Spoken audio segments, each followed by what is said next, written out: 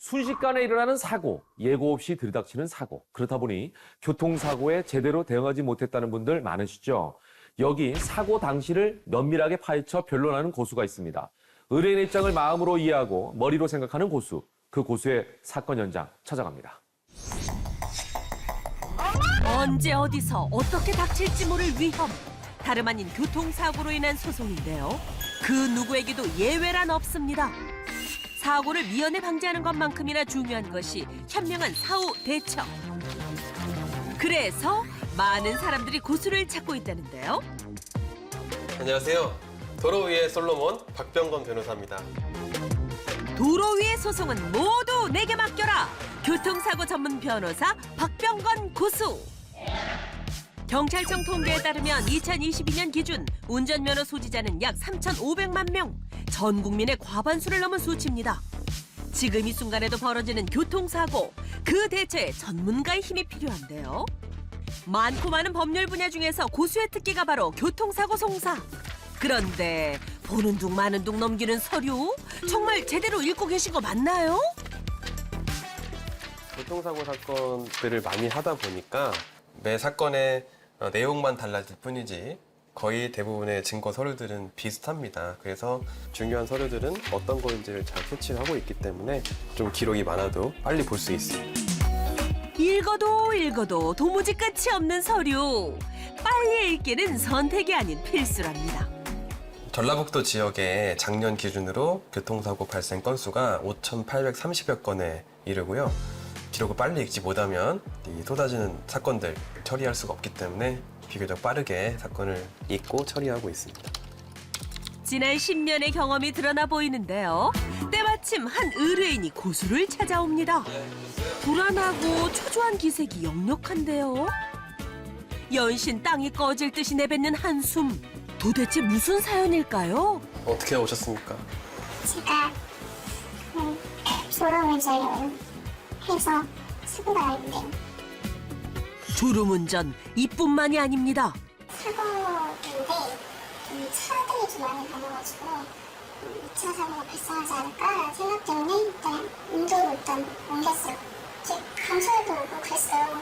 근데 경찰이 저한테 뺑소니 한 거 아니냐고 이렇게 소리하니까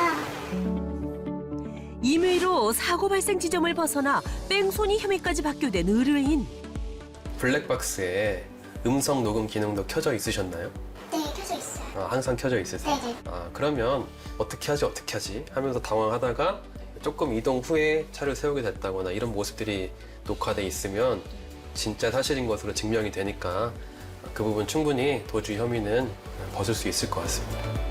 의뢰인의 표정이 한결 가벼워졌는데요. 뺑소니 혐의 억울하지 않게 혐의 벗을 수 있게끔 최선을 다하겠습니다. 뺑소니가 아님을 입증하기 위해 사고 전후 사정이 담긴 블랙박스를 수사관에게 제공하기로 결정합니다. 상담을 마치고 회사에서 나온 고수, 어디론가 바쁜 걸음을 옮기는데요. 고수의 목적지는 바로 사고 현장. 현장 구석구석을 꼼꼼하고 날카로운 눈빛으로 예의주시합니다.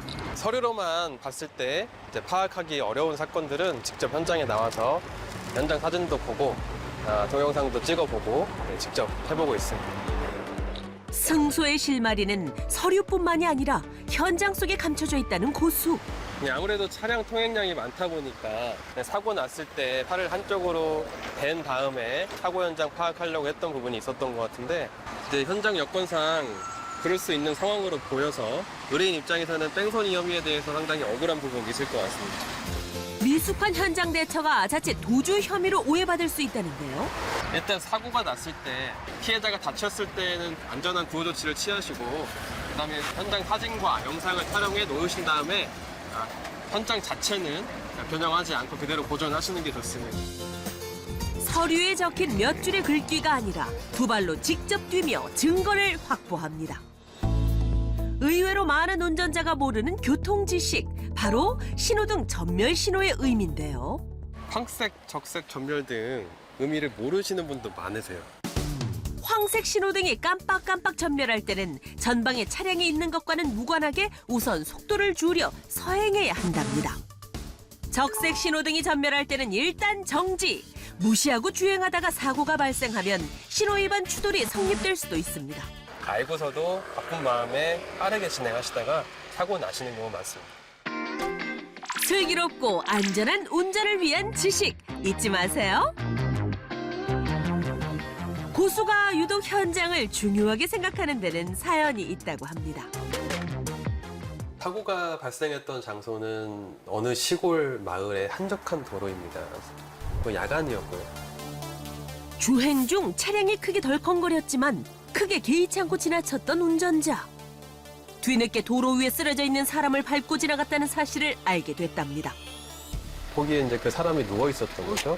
그래서 이제 발견을 하고 차에서 내려서 119 구급대가 출동하게 하는 조치를 취했는데 이 피해자를 발견하기 어려운 위치에 있었다 또는 어려운 상황이었다라는 것을 제가 충실히 변론을 했고요. 고의성이 있다라고 보기 어렵다는 점을 잘 지적을 해서 1심에서 무죄를 받을 수 있었습니다.